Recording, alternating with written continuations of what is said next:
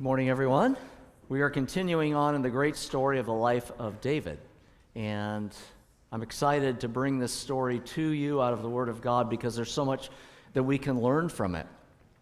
Have you ever read verses that make you go,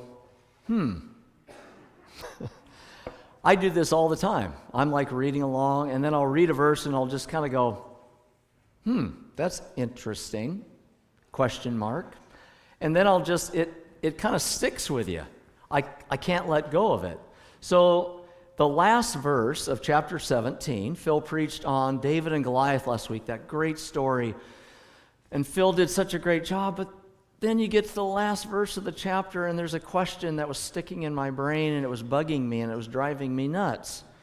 Verse 52, his last words to David, Saul, he says, "Whose son are you, young man?" Saul asked him. David said, "I'm the son of your servant Jesse of Bethlehem." It seems to me in that verse, and what's weird about that verse is it's like Saul doesn't know David. It's like Saul doesn't recognize David. And then the question in my brain that was bugging me is, wait a minute. This guy's been there in your court playing music for you for quite some time now, Saul. Then he kills Goliath. Then it's like you don't know who he is. How could this be? And I was talking to my good brother Steve Bland at the beginning of the service last Sunday, and he had the same question pop into his head, and it was bugging him. And so I brought it to my men's group on Thursday, and I just put it out there before them, and I said, I'm not going to give you the answer, but here's the question. How come Saul seemingly doesn't recognize David? So they actually did a very good job. I'll give credit to Gordon Watzig. He had a good answer. I'll get to that here in just a second. But so how do we explain this? First of all, one of the explanations is that Saul did actually recognize David, but his question had more to do with whose family do you belong to? The reason he would ask that is because he had offered to give tax exemption to the family of the person who won the battle with Goliath, right? It was a promise. It was part of the reward. And so Saul's question has to do with whose family are you associated with rather than who are you? There was a recognition of David. So that's one explanation. But other explanations for possibly not recognizing David, one is that maybe his appearance had changed over time. You know, there was this back and forth between the fields where he shepherded, and then he would play, and then he would go. There was this back and forth, and time had elapsed since chapter 16. And the term there, young man, literally means someone fully grown, mature, ready to marry. Whereas David was a boy early on. He was a very young man. So maybe his appearance had changed and he didn't recognize him. Or maybe when he played the harp, he played behind a curtain or a screen. And so that he would come into the presence, but he wasn't there where Saul could literally see his face and recognize him as David. That's a plausible explanation. But Gordon Watzig on Thursday, I think, gave maybe the best explanation when he said, I think that when David was playing before Saul, Saul was like, who is this guy? He's not that important. He's just playing music for me. There wasn't really that recognition as such, but maybe behind all of it was the evil spirit that had begun to take over Saul's life to where he didn't recognize him. He wasn't in the right mind. And I think all of this was playing into the situation. And so, Gordon, you did a good job. I'll give you a kudos there for the good answer. So a lot is playing out here in this story. The chapter today, we're actually going to be in 1 Samuel 18. I had 1 Samuel 14 read just to give us a little bit of background into Jonathan, because he's going to appear on the scene today in our story, in our series for the first time. And the title of my sermon is Like Father, Unlike Son, kind of playing off that phrase that we often use.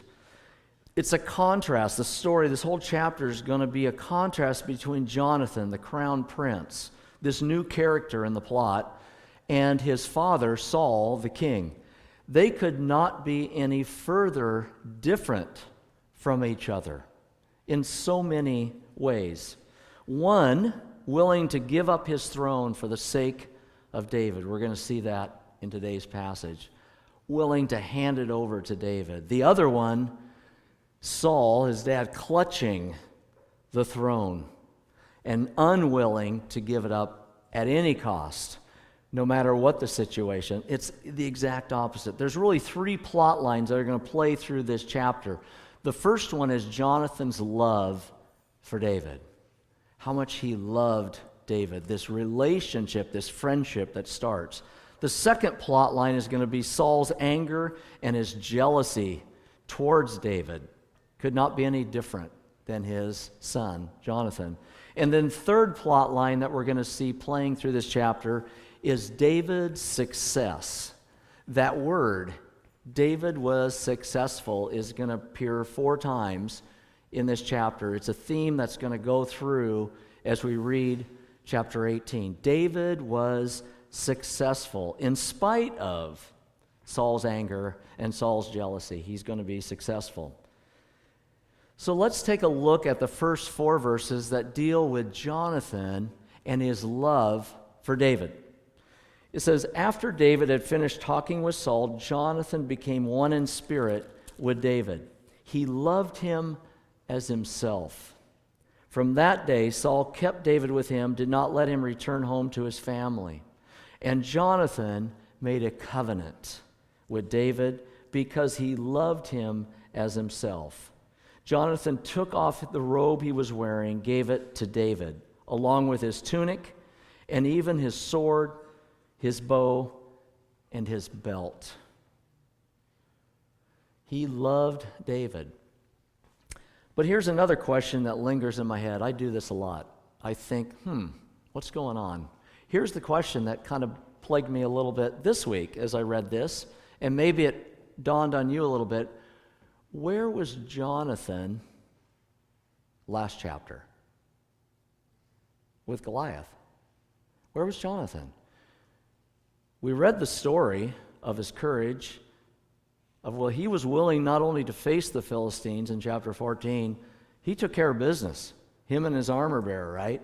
In an acre area. Think about this. He killed 20 of them, him and his armor bearer. And his words of faith and courage in the Lord, whether they be many or few, it doesn't matter. The Lord's going to win this battle. I mean, he was this. So where maybe was Jonathan? That's a question. Well, commentaries are all over the page on this one too, okay? Some of them, and this one was weird to me, one of the commentaries actually said that Saul, wanting to keep control of the throne even after his death, stopped Jonathan from participating in the killing of Goliath, that he actually put him under house arrest. That's odd. I don't know if I would go there. That's a weird way to look at it, but I wouldn't put it beyond Saul. Let's put it that way. That's one explanation. The other one is perhaps Jonathan was fearful like the rest. Perhaps, standing and seeing this great enemy of God, Goliath, perhaps Jonathan fell into that same category as the other warriors that day and was fearful. Maybe. We don't know. But here's the real answer to the whole thing. God didn't want him to be the champion that day. God had another person in mind to kill Goliath, and so God purposed David to be the hero of the story, not Jonathan. It was all a part of God's working, all a part of God's plan, and to me that answers the question. Why Jonathan wasn't there, why Jonathan didn't stand and take care of Goliath. Well, Jonathan, he was a little like his father. He would have probably been tall and kingly looking. He would have looked the part as his dad did. He was a warrior. We saw that in chapter 14, just like his father was a warrior. But that's kind of where the similarities are going to end, and we'll see that. It says, after David finished talking with Saul, he heard some things, he had seen some things about David that had impressed him. He saw David's courage. He heard David talk about the Lord and give glory to the Lord for the victory over Goliath. He had seen this. It had impressed him. He had seen the presence of the Holy Spirit lived out in the life of David. And so he was impressed. He was a lot like David. He was a man of faith. He was a man of boldness. He had won victories against the Philistines that had benefited the people of Israel. He knew that the Lord was with him. But unlike David, he was the oldest son of a king. David, the youngest son of a farmer. There was a huge difference in their status. One was in line to be the next king. One was simply a young shepherd boy, but was anointed by God to be the next king. There was also very likely a large difference in their age, possibly anywhere from 14 to 20 years difference between Jonathan, who would have been older, and David, who would have been younger than him. But it says that they were one in spirit. The love for David came out in the fact that they were one in spirit. Love makes you seek unity with others. Jealousy and fear drive you apart. That's going to be the story of this chapter. He was united in spirit. He was united. He loved David. And then it said he loved David as himself. There was a commitment there. He had the most to fear from David's success of anybody. But yet, he was not motivated by jealousy or envy, but love and respect for David. Love makes you put others before yourself. That's the story of what love is. It unifies people, and it makes them put others before themselves. Romans 12:10, be devoted to one another. Honor one another above yourselves. That's what he was doing. That's the story of the love that he had for David. David's relationship with Saul also changed in verse 2. He's no longer a shepherd. He will now, from this point forward, be in Saul's service as a military person. Now, this had been promised before. 1 Samuel 8, verses 10 through 11, Samuel the prophet warns the people of Israel. He says, look, God's going to allow you to have a king, but just know up front, here's the deal. And he lays out a list of things that are going to be true, things that are going to happen, things that the king is going to require of the people. And here's what it says, the first thing. Samuel told all the words of the Lord to the people who were asking him for a king. He said, this is what the king who will reign over you will claim as his rights. He will take your sons and make them serve with his chariots and horses, and they will run in front of the chariots. Your sons will be taken into his army. Just know that. They won't be yours any longer. He's going to take them. And there's the story. David is taken from Jesse, became part of the army of Saul. But things also changed in relationship with Jonathan. And verse 3 and 4 is just a beautiful picture of a covenant that Jonathan made. I find it interesting in the irony here that David accepts the armor of Jonathan, but he had refused the armor of Saul. But here it's offered and he takes it on. He accepts it. Because this is a covenant between the two. By giving the robe, the tunic, the sword, the bow, the belt, it's basically Jonathan saying this: everything I have is yours. I'm committed to seeing you become everything God has intended you to be. I give up my rights to be the next king, and I hand it willingly over to you. There's the covenant that he was saying by doing what he did there in verses 3 and 4. In the valley of Elah, Jonathan let go of the crown, and he gave the kingdom away that day. I see a slight picture. We remember the gospel, the reality of it was a covenant made by the Son of God. Jesus Christ to us, whereby we can become members of the royal household, whereby we can enter the throne room of grace. It was a covenant made to us, the covenant of grace. There was a covenant of friendship, and we're going to see this covenant played out here in the next few chapters. It's going to play a big role moving forward. But unlike his son, very much the opposite of his son, now the story shifts to Saul and his relationship with David. And we're going to see Saul's jealousy rise up here in verses 5 through 9 of this chapter.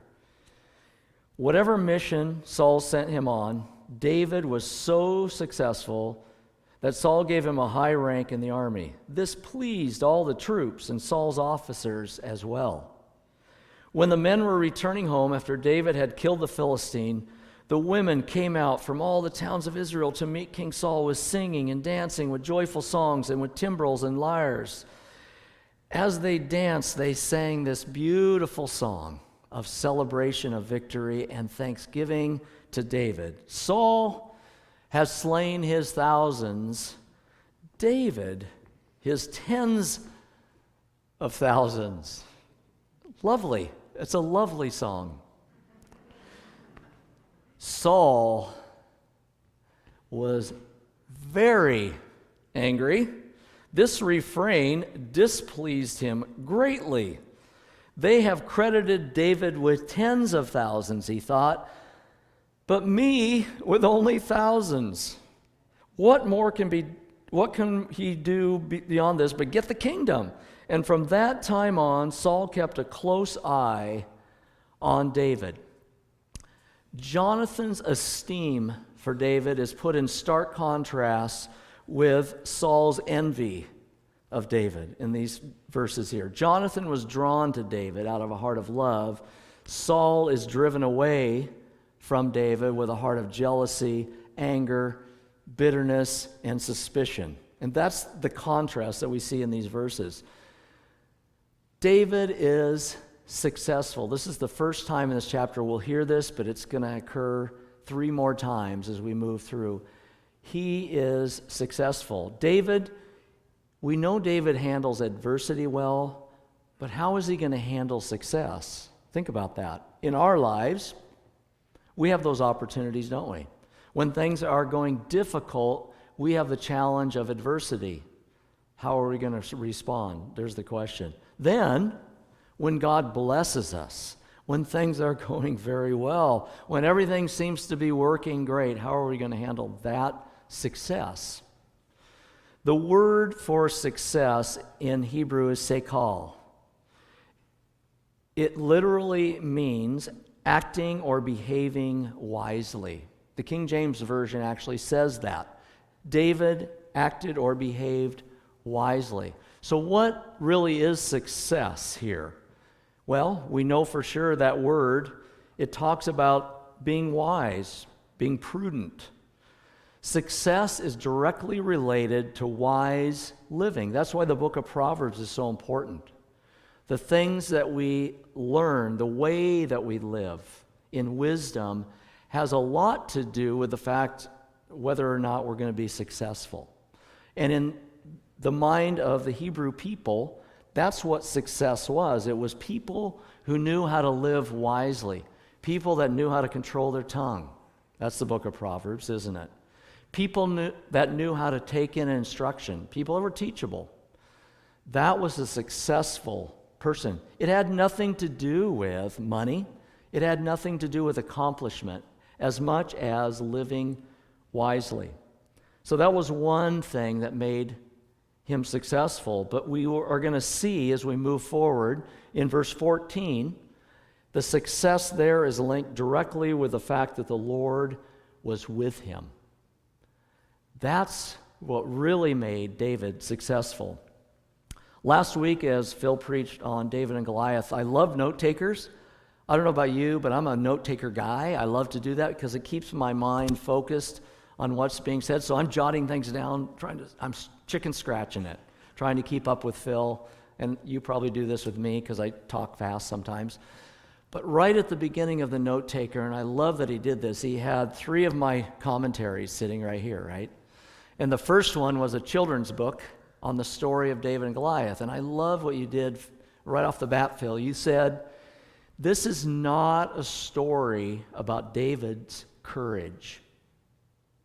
It's a story about God and how God worked through David to make him courageous. It's not about David overcoming self-esteem issues and going, well, I have all these issues in my heart. Can I really fight Goliath? It's not about that at all. It's about David, under the power of the Holy Spirit, doing amazing things because God was with him, right? That's the story. God gets the credit, not David in the story. But the Lord was with him. So David is successful. Then he gets a promotion. It says Saul put him into a high rank. As a result of this, he received a military promotion. And it says he was pleasing to Saul's officers, to Saul's troops. He was pleasing to everybody except for one person, right? Saul. We're going to see that he's definitely not pleasing here to Saul at all. Jealousy prevents one from enjoying other people's success. Have you ever been jealous of somebody because they're successful? I have. What that does is it keeps you from enjoying and participating and being a part of other people's success. It's very selfish at its heart. It also keeps you from enjoying your own success. Why do I say that? Well, look what happens with this little song here in verses 6 and 7. These women were coming out to celebrate the victory that David had just won over Goliath, and they were expressing thanks, and they were celebrating and worshiping, and there was dancing, and there was music. And Saul probably liked the first phrase of the song, the first line. He was in with that. Saul has slain his thousands. Yes, thank you. But man, that second line hurt. That second line was painful. Have you ever had a song that just stuck in your head? Kind of like, I was just doing this the other day. It's funny. I watched a lot of football yesterday. Oh, goodness, too much. So I'm watching a game late into the evening last night, and there was a fight song that kept occurring throughout the game, and the band was playing it, and it was stuck in my head, and I didn't even realize it. Then I was humming it, and I'm sitting next to Patty, and she's like, what are you doing? The game's over. Let it go. Well, I've had songs stick in my brain like that before. Disneyland, Small World. Don't go on that ride, right? You know what happens. That song sticks in your head. You know, the rest of the day you're walking through the park and it's there, and it's kicking around your head, and you just want to get rid of it. The other one was, as a bus driver, I'm driving 40 kids in the back, elementary kids. We're going on a field trip, so I'm driving the bus. Guess what they're doing behind me? At top volume. Wheels on the bus go round and round. And yes, the song goes round and round, right? And so I get to the destination, and the song is stuck in my head. So we all understand, we all have these songs that'll stick in our head, and they're irritating. But for Saul, this was more, it went beyond irritation to Saul. It was degrading to Saul. He saw in it the fact that he was here, but David was way up here in the people's eyes, and he hated every bit of this song. His response in verses 8 to 9, he goes from anger to jealousy to suspicion. It says in verse 8, he was very angry, this burning within. That's literally what that word means. There was this slow burn in his heart. Then it led to jealousy. He said, they're giving me credit for 1,000, but they're giving him credit for tens of thousands. I'm very jealous. I'm extremely jealous here. What more could he get but the kingdom? Suspicion. And it says he kept a very close eye on David from that point on. You can see it. But it was keeping close eyes on him because of suspicion. That's what was really going on here. I think Samuel's words to Saul in chapter 15 were starting to ring in his ears. Saul had disobeyed God. He had failed to kill the Amalekites. And Samuel said, "The Lord has torn the kingdom from you and given it to one better than you." Ooh. Things are starting to fit. Someone's better than me here. And this is painful. Ephesians 4:26 and 27 says, in your anger, do not sin. Do not give the devil a foothold. Being angry is one thing. It's natural. It's okay. It's an emotion we feel when we feel like things aren't right. But what we do with that anger is the issue. Don't sin. That's the command. And the reason we don't want to sin is because in that it gives the devil a foothold. This evil, tormenting spirit from the Lord was gaining that foothold in Saul's life because of his anger.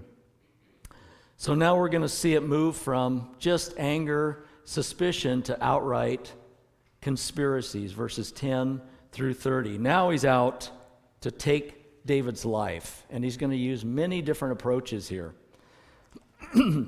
Next day, an evil spirit from God came forcefully on Saul. He was prophesying in his house while David was playing the lyre, as he usually did. Saul had a spear in his hand. And he hurled it, saying to himself, "I'll pin David to the wall." But David eluded him twice. Keep that in mind. We'll come back to the twice. Saul was afraid of David because the Lord was with David, but had departed from Saul.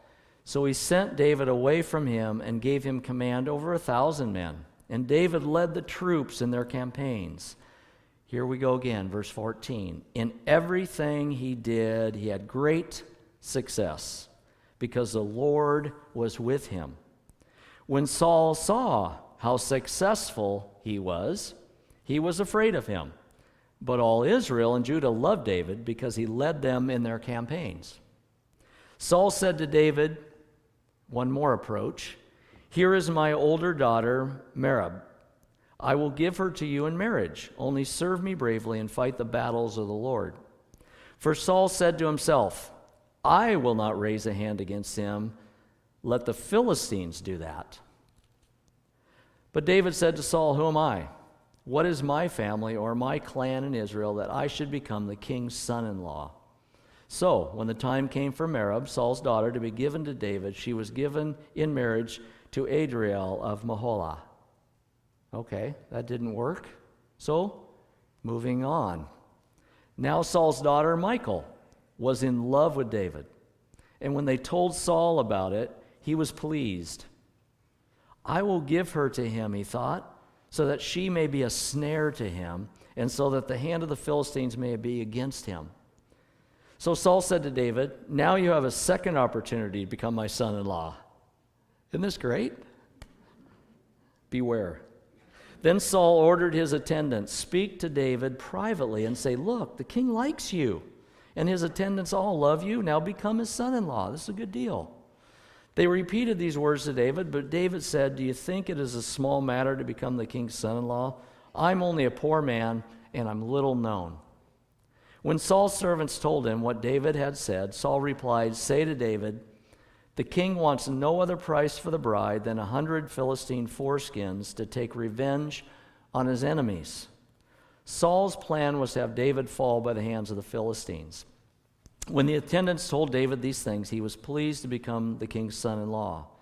So before the allotted time elapsed, David took his men with him, went out and killed 200 Philistines, brought back their foreskins. They counted out the full number to the king so that David might become the king's son-in-law. Then Saul gave him his daughter Michal in marriage. When Saul realized that the Lord was with David and that his daughter Michal loved David, Saul became still more afraid of him, and he remained his enemy the rest of his days. The Philistine commanders continued to go out to battle, and as often as they did, David met with more success than the rest of Saul's officers, and his name became well known. His anger, his jealousy, his suspicion is now leading him into murderous conspiracies. Jonathan had made a covenant with David. Saul is making conspiracies against David. So the first one is the direct approach. David's playing music, soothing this spirit that had come upon Saul. And Saul takes this weapon, this spear that he was hanging on to, and in a moment of craziness, threw it at David. Again, this evil spirit was from God, not of God. There was prophesying going on, interesting enough. Probably what that meant was more like evil rantings, false prophecies from this tormenting spirit that had taken over Saul. But the good news is Saul missed, right? So, was Saul a bad shot? Maybe. Was David agile and quick? Maybe. Or was the Lord protecting David, his anointed one? Yes. Probably a little of all three, but definitely the Lord had a hand in this. The Lord was protecting his anointed one. But I love verse 11, and you read that and you go, okay, once, shame on you. Do it a second time, shame on me, right? It says he eluded him twice. Now I want you to think about that for a second. So you're sitting there playing this instrument, you're trying to soothe this crazy man. He throws this spear at you, it misses, okay, falls to the floor. Wouldn't you be tempted pick it up and chuck it right back at him? That's what I'd be thinking at that point. But the last thing I would do is take the spear and go, oh, you missed, here you go. Right? But it says he eluded him twice. Wow, it just shows you how desperate Saul was here to take his life. But it also, I think, gives you a picture of David's loyalty and his commitment to the king's anointed. He held Saul in high regard, regardless, because he was the anointed one at that time. Verse 12 shows us an irony. It says Saul was afraid. Interesting. David was the one having spears thrown at him, but it's Saul that's afraid? What's going on here? It's because the Lord is with him. So, the spear thing didn't work twice. So, plan B, the second plan, the second conspiracies, let's send David out onto the front lines. And that's what he did in verses 13 to 16. He removed him from the protected confines of the palace, and he said, I'm going to put him right out there as a commander. He's going to command 1,000. A significant place, a very dangerous place, obviously. If David fails in warfare, he'll lose his prestige. Interesting. That's a plan, right? He goes out to battle, they lose. Guess what? People aren't going to love him so much anymore. But even more, if he dies in battle, even better. He's gone. This threat is dead. And that's what he was thinking in the back of his mind. But the verse 14 is really the centerpiece verse of this chapter. It talks about, in spite of what Saul was doing, David was successful because the Lord was with him. He was doing amazing. Saul's plans are backfiring. David is succeeding. In verse 15 and 16, there's two results of that. Number one, Saul's fear of David increased, and people's love and respect for David increased. There were two results of this. So, that didn't work either. So now, there's a saying that I've heard people say, I don't know who came up with this one, but it says, keep your enemies within arm's reach. Have you ever heard that before? I think Saul had in his mind, I want to connect David through marriage to me. I want him to be part of my family. That way I can keep a little closer eye on him maybe. But if you think about it, David was promised this back in chapter 17. It was one of the rewards of winning the battle over Goliath. One was finances, money is going to be given, riches. That was one. Number two, my daughter in marriage, Saul said. in verse 25 of the last chapter. And the third one was tax exemption for your family. That's a pretty good gig. 3 promises for victory. So, hey, David had won the battle. Is Saul making good on his promise? Well, yes and no. Because in this, we will see that Saul has conditions added and there's hidden motives. It wasn't a promise that he was making good on. There were conditions behind it. The condition, Saul says, is serve me bravely, fight the battles of the Lord. Saul's kind of playing off David's loyalty to him and his heart for the Lord. You know, it's interesting. He says, these are the battles of the Lord. How he uses that word. And he was using the trap of the dowry. I wanted to read this because it talks about in their culture how payments were made to the father of the bride. That was part of the culture of the day. It says this was a trap because of the dowry that Saul would demand. In that day, a dowry was required whenever a man married. The dowry was paid to the bride's father. More important and prestigious the bride and her family, the higher the dowry price. Kind of makes sense, right? You know, this is the king's daughter, so there's going to be a very high dowry price. Since David was from a humble family, and he will allude to that here, there was no way he could pay the dowry for the daughter of a king. Saul knew this and is going to demand that David fight his enemies for him. Saul figured the job was too big, too dangerous for David, and he would be killed gaining the dowry to marry a king's daughter. And that's what was going on behind the scenes. That was his motive. And he even says this. He says, I'm not going to raise a hand against him, but let the Philistine spear kill him. I missed twice with my spear, but let the Philistines do it for me. And that's really what was going on. And in verse 18 speaks about David's humility. He knew he couldn't pay this price for the dowry. Who am I? I'm from a very insignificant family of Israel. Who am I to be part of the king's family? And so he steps away from it, and Saul gives the older daughter Merab to Adriel, gives her away to someone else.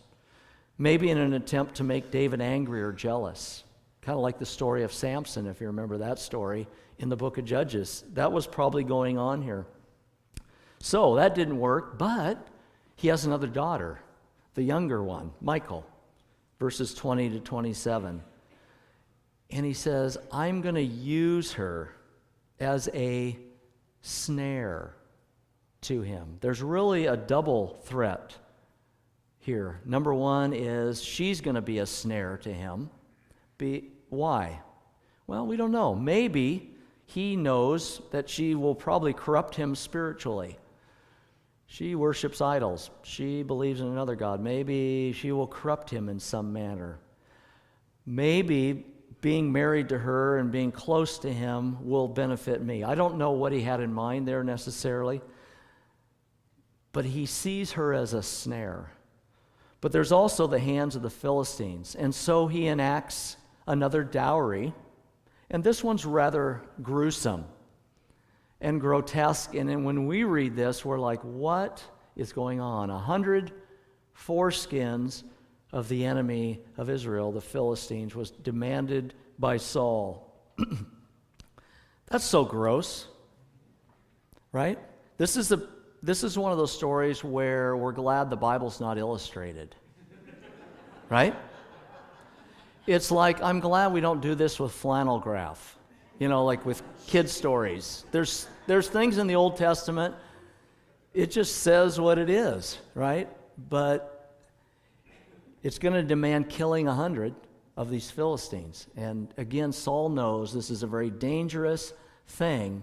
Not only will it be difficult and dangerous, but it will make the Philistines outraged, because not only is he killing these men, but he is desecrating their bodies. He is going to have a target on his back that's going to be huge, and Saul knows that. So that's why he's asking him to do it. And in the middle of all this, in verse 22 and 23, Saul sends some of his attendants to flatter David. So he's using all of these things, and go tell David this, and tell him how great it's going to be the son-in-law of the king, and what a great deal you're getting in all of this. And they're flattering David with all these words. But what you see in David's life is his humility. Humility is a guard against flattery. Think about that.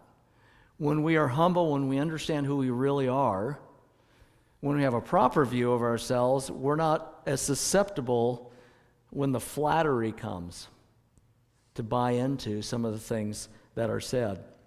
Verses 28 to 30, the last 3 verses talk about how Saul's plans have backfired. And there's 5 things that happen here that it points out. Number 1, Saul realized the Lord was with David. For the 3rd time in the chapter, that phrase has appeared. The Lord was with David. And it's beginning to dawn on Saul, that's what's going on here. Saul also realizes more and more the Lord is not with Saul. They're going in 2 extremely opposite directions. Number 2, Saul realizes that Michal loved David. Everyone loved David. 6 times in the chapter it says people loved him. Everybody, except for one, Saul, including 2 people in his own household. Jonathan, his son, Michal, his daughter. It's really starting to hit home how much people love him. And then the 3rd thing is a greater fear in Saul. Again, the further Saul gets from God, the greater his fear. Isn't that true of our story? The further we are from the presence of God and the promises of God, standing on the promises, right? The more susceptible we are to fear in our lives. Perfect love casts out fear. When we're close to God, when we understand who He is, when we're in His presence, fear is not an issue, but man, it's so easy to get away from Him, out of His presence, and then everything is fearful to us. There's military success, and for the 4th and last time, it says David was successful. In spite of what Saul was doing, in spite of the enemy of the Philistines, David was doing great. But now, he's in line for these Philistine retaliations. He's going to be a marked man from this. He already is. He killed their champion, but even more now, he is going to be a marked man. And then it says David's name became well known. Saul's plans, again, completely backfired. David is becoming more loved, more well known. His name is becoming more exalted. Exaltation is connected to a humble heart. David was humble, he was exalted, his name was known. Just like someone later on, the Messiah, the other anointed one, it was true of Jesus. Philippians 2, verses 8 through 11. Being found in appearance as a man, he humbled himself, just like David did, by becoming obedient to death, death on a cross. Therefore, God exalted him to the highest place and gave him the name that is above every name, that at the name of Jesus every knee should bow in heaven and earth, under the earth, every tongue acknowledge that Jesus is Lord to the glory of God the Father. Humility, exaltation, name. That's the story of our Savior, Jesus Christ. He humbled himself, he was exalted. His name is above every name. So in conclusion today, what does success look like to you? What does success look like in the pulpit as a pastor of this church at Clackamas Bible? Well, I think the answer is given to us in this chapter. Number 1, it's living wisely. It's living according to God's word. When I, as a pastor of this church, live wisely, I'm being successful in a true sense. When I am not living wisely, and there are trust me, there are moments, then I am being very much unsuccessful. But the bigger cue here is understanding the Lord is with us. When we have a sense of His presence, when we understand His presence in our life, we are successful.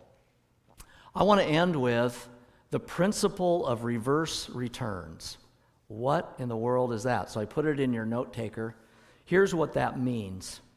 When an enemy of God, motivated by anger, jealousy, or hatred, attempts to intervene against God's plan, the very intervention itself can be used by God to further his purposes. Think of Haman in the story of Esther. He makes a gallows to kill the people of Israel. What did God do? He turned that around, and Haman ended up on the gallows, right? This idea plays out in this chapter very well. Saul, every time he attempts to intervene, David succeeds. God's plan moves forward. The cross was the ultimate opposition to God's work. But in this most dramatic of all reversals, the cross became the instrument of God's redemption and the eternal symbol of his love for the world. Satan and the enemies of Christ thought the cross was the answer. They thought they had won. But God used the cross as the ultimate symbol of redemption and victory for us. Far from preventing Jesus from accomplishing his mission, his adversaries provided the very means through which Jesus fulfilled his mission, the cross. And that's the story here today of what God is doing in the life of David and Saul. Amen.